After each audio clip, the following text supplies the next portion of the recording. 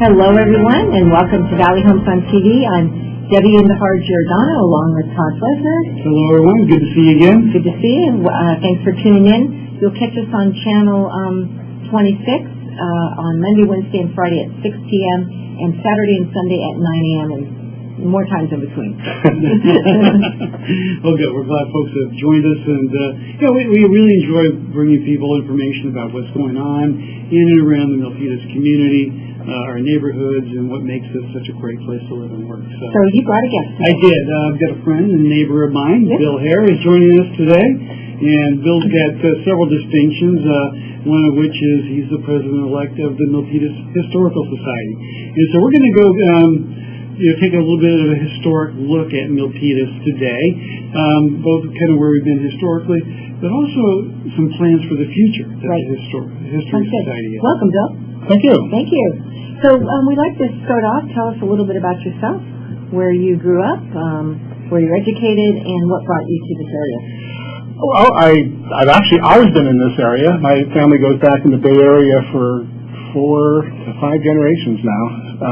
I grew up in Sunnyvale, and Milpitas was that place to the east. And when I was growing up, I lived in orchards, and Milpitas was a bunch of farmers, and it was pretty. Everything was pretty small town. But let's see, it was 1990 when I was about to go off on my own, buy my first house rather than rent. I was comparing the prices, and people kept saying, Milpitas is real nice. And I was like, I don't know about Milpitas. I moved out here, and I loved it right away. I thought it was great, and I still do. Great. Good. So all these years later, you're still here. You're Milpitian. 27 years. Yeah, that's fantastic. But I know something else about you. That there's something unique about you and Milpitas history. You are the only Grammy Award winner in Milpitas history.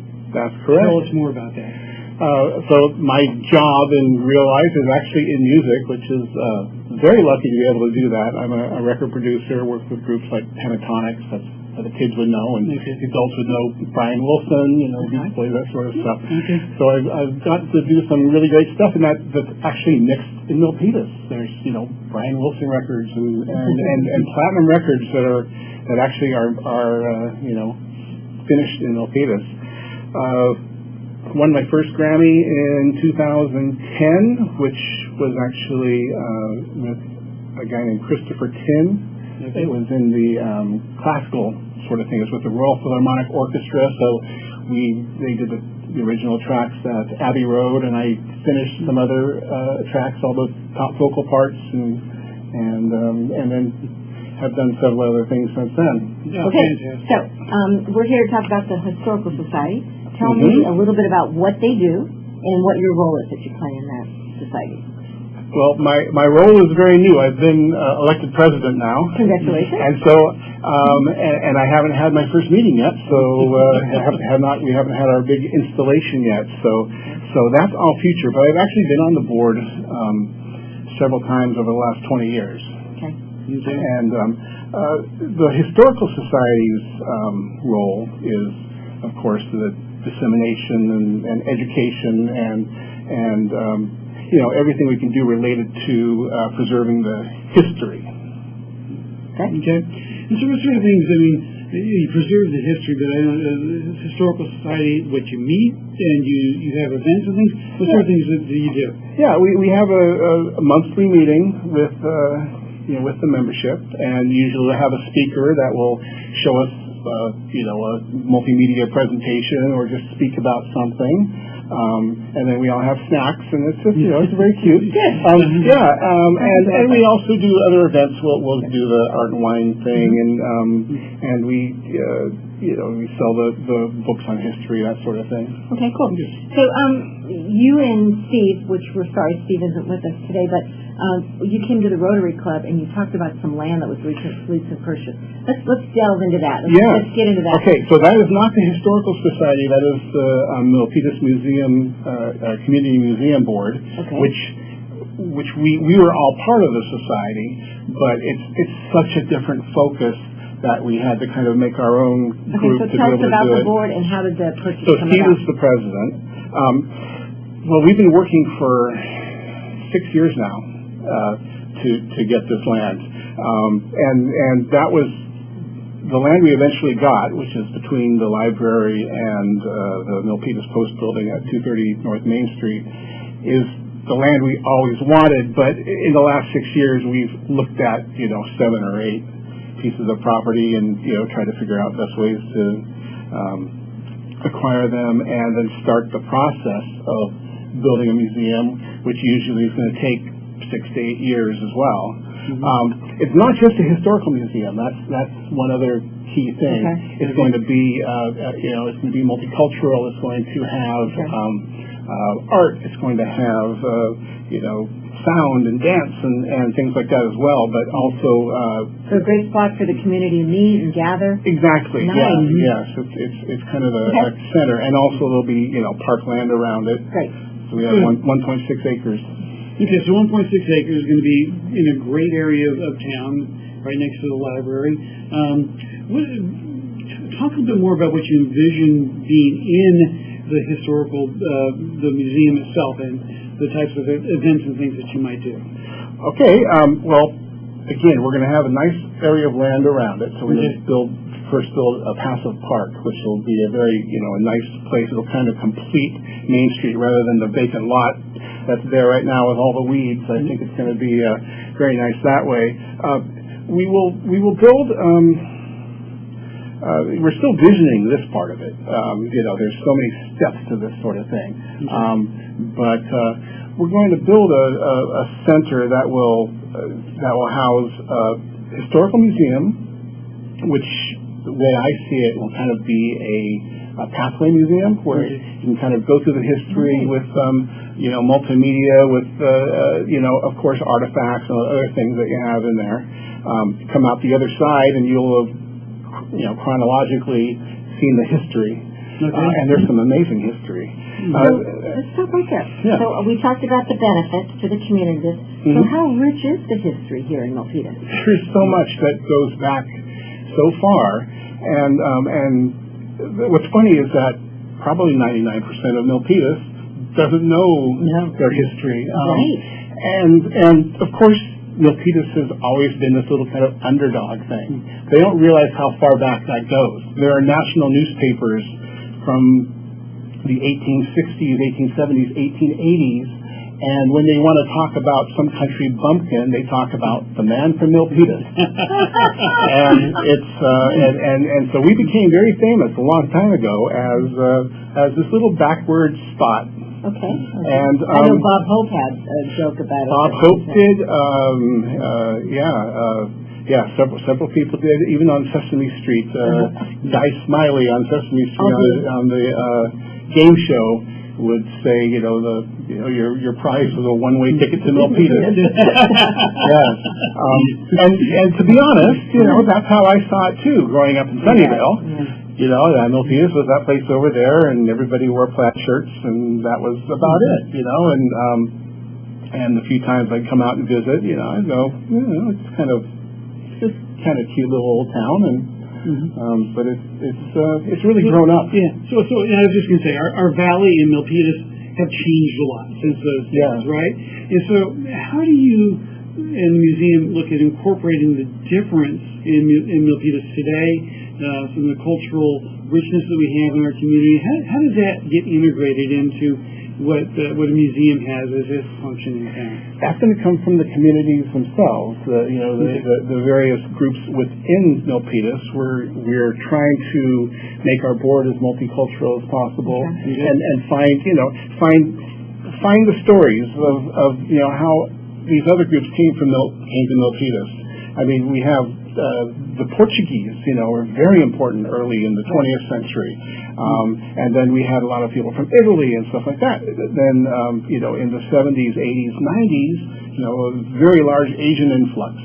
And sometimes, everybody here just kind of looks at everybody else, go, well, that's everybody else, but they don't really learn much about, where we all came from. Well, that sounds exciting. When I heard the project being talked about at Rotary, I was really excited about the way you're thinking, you and that group are thinking this through and trying to bring Milpitas together. I think that's wonderful. So, in doing that costs money. So funding, where is the money going to come from? Well, we're wondering that ourselves. We're thinking, this sort of a project, we've studied how other people do it. Yeah. Like I said, this isn't a new thing. We've been at this for 6 years, and this is the first we're actually even telling anybody about it. We were able to purchase the land. That was kind of the first, raise. Once we have that, it shows a good intent.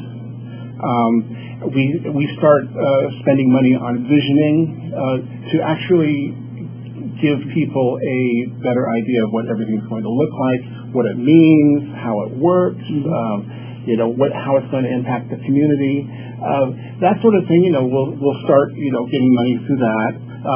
We look at all the grants and all those other things that happen. There's a lot of the companies that are here in Milpitas. There's money there, and I think little by little we're going to build this up. And I think this sort of thing usually isn't just one fundraise. It's 3 or 4 of them.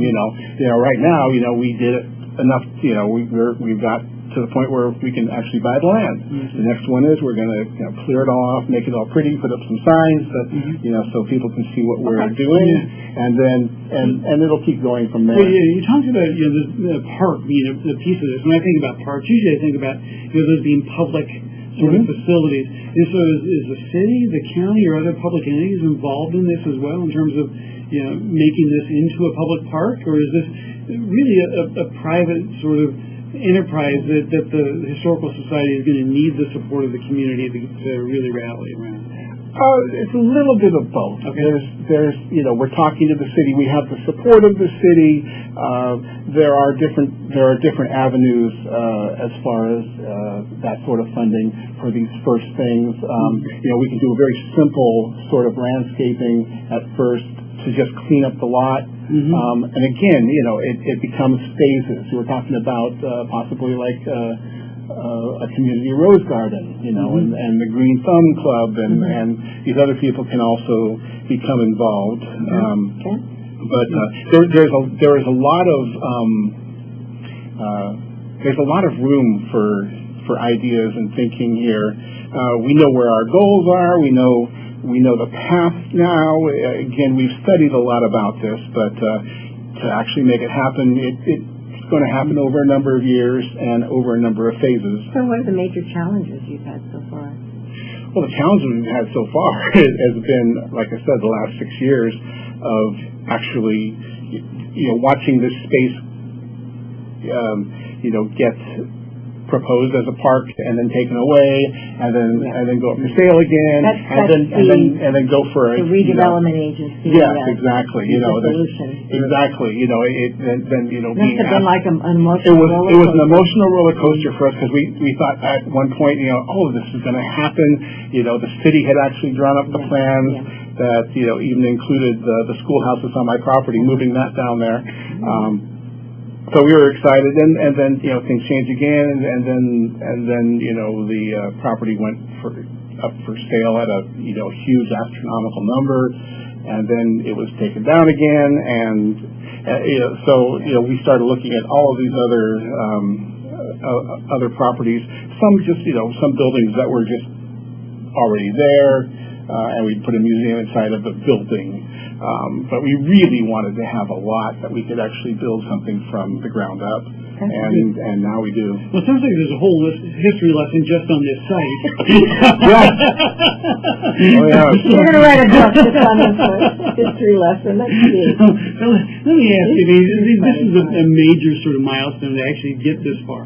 What are some of the joys and the rewards you've gotten out of being a part of helping get this to the point it is, and really looking to launch it into the future with the vision you have? It's fun to dream, It's fun to. It's been nice with all the people on the board, and the board has stayed relatively intact. And we had people like Mabel Mattis on it, who's passed, but but a lot of us have been on there from the beginning, and now we're bringing in more people from with different levels of expertise in different things, because we still need to learn a whole lot here. But it's been really neat to educate ourselves on what everybody else went through to do this, and how long it took Sunnyvale to get their museum together, you know, and these things can play over decades, and it's but again, we really carefully have gone to all these other places, learned what their pitfalls were, learned where they what moved them faster, and that sort of thing, and we're going to hopefully implement some of that stuff as well. A wrap-up question that's focused on you. You do a lot of volunteer work in the city, and now that you're going to be 1 year president, 1 year or maybe more, what do you see on the horizon for your volunteer work, and where are you going to be dedicating your time? Well, one thing which is pretty new to me, is that I'm actually going to retire from the music business in about a year and a half, which will give me a lot more time to concentrate on other things. And so, you know, even the thought of getting my hair cut regularly is quite fun. So I'm hoping just to delve into this a lot more, you know, with my newfound time, and hopefully help accelerate the process. I'm sure the community is going to really appreciate that. So, well, good. Well, it sounds like there's a lot of opportunity for people to have input and to help shape the direction for this. If someone has questions or they have an idea or they'd like to get involved, how do they find out more about that? That's a good question. You can send me an email anytime. My email is bill@billhare.tv, so it's BILL @BILLHARE.TV, like television. You can arrive at any of our Milpitas board, community and museum board sessions are still closed at the moment, but our historical society is always open for people to come the second Wednesday of each month, and there's a website there too, right? Yeah, milpitashistory.org. Okay, perfect. All right. Well, Bill, thank you for your time, and sure. You had a year and a half to get another Grammy before you take off. So, you know, we're on a timeline there. That's right. Well, Bill, thanks so much for joining us. It's been great to learn more about the plans and successes you've had so far, and you know, thanks for helping keep the rich history of Milpitas alive. Appreciate that. Thank you.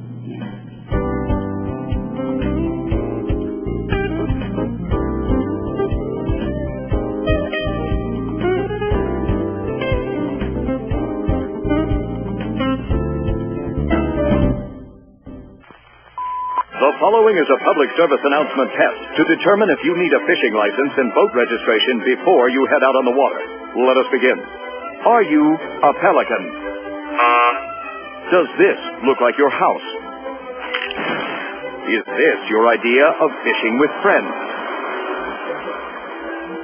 Do you use your feet as fishing hooks? Are you your own boat?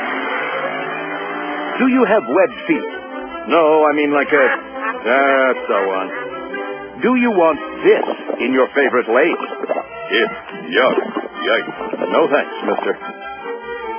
Regardless how you answer, you need to be licensed and registered, because it helps local conservation efforts protect the very natural resources you enjoy boating and fishing in for generations to come. Do your part at takemefishing.org.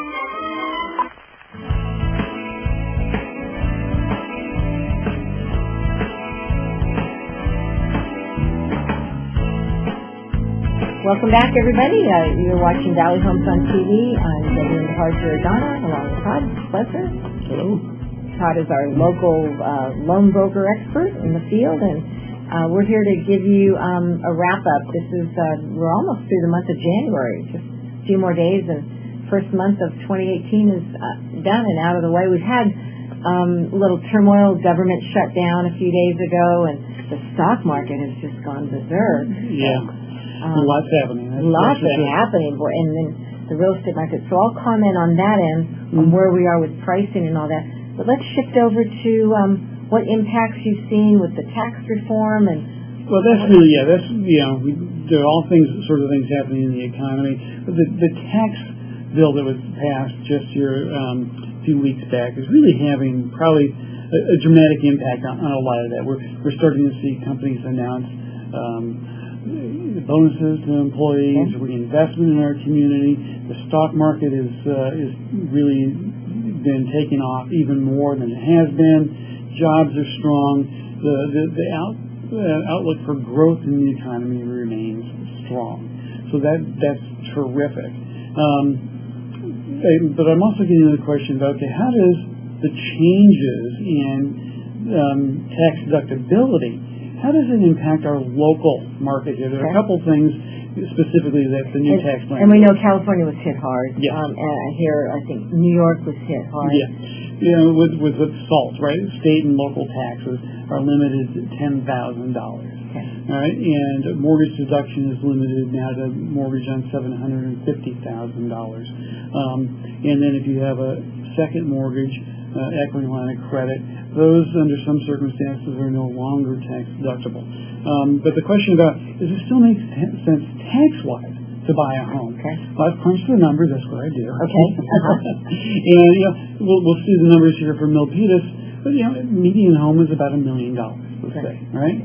Well, 25% down, that's a $750,000 loan. That's the maximum that you can deduct, right, under the new tax plan. And you can take $10,000 in property taxes. The interest on $750,000 is about $30,000 a year. Okay. All right, $10,000 a year in property taxes. That's a $40,000 write-off that you have against your taxes. Well, also the amount you can deduct as an individual has gone up if you don't itemize to $12,000 per. So it's $24,000 for a couple. So $40,000 versus $24,000 in a rent. That's $16,000 additional write-off. But if you buy the median priced home here in Milpitas, right? Apply to that the 24% federal tax rate, 9% tax rate. It's still a $6,000 net savings in taxes, depending upon your tax situation and AMT and other things. And that's just taxes alone. That's not equity growth, stability, and all the other features that come with home ownership. So that's $500 a month in your pocket. Tax-wise. Nice. And it's just doing some easy math, right? Okay. Everybody's situation is different, but it still makes sense, I think, from a tax perspective. It's maybe not as great of a tax advantage as it used to be. It's still there. Okay. All right? There was talk before they did finally pass the tax reform that they were going to eliminate it completely. Yes. And I know that was added back in last minute, so we're grateful for that. Correct. Yeah. The other question is, okay, if I have a second mortgage, right? The ability to deduct interest on a second mortgage has gone away. So you might want to take a look at, does it make sense perhaps to combine a first and second mortgage? Either you have a current equity line or a second mortgage, so now you have one single mortgage. Now, are they equity lines that are already grandfathered in, or is this just new ones that you take out in 2018? We're still waiting to see some of the details on this and exactly. Check with your CPA, check with your CPA. Okay. But there may be some incentive to take a look at how that might play out for your situation. Okay, great. How about the market? But the market, we were just talking offline before we started the taping. So I sold a home today. I had five offers. So we are getting multiple offers. I might have expected a few more than that, but that's okay. It is the start of the season. What typically happens is buyers are out looking, and I had a huge weekend of activity, over 125 buyers through the 2 days.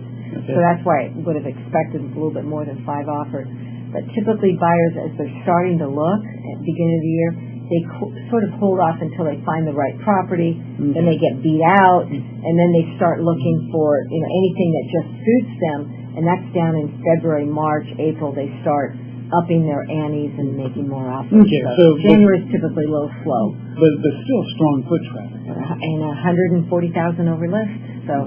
Yep. Okay. All right, so let's look at what's going on in December of 2016 with MLS. We were at $982,000 for a single-family average price and $876 for a median price. Last month, December 2017, are you ready for this?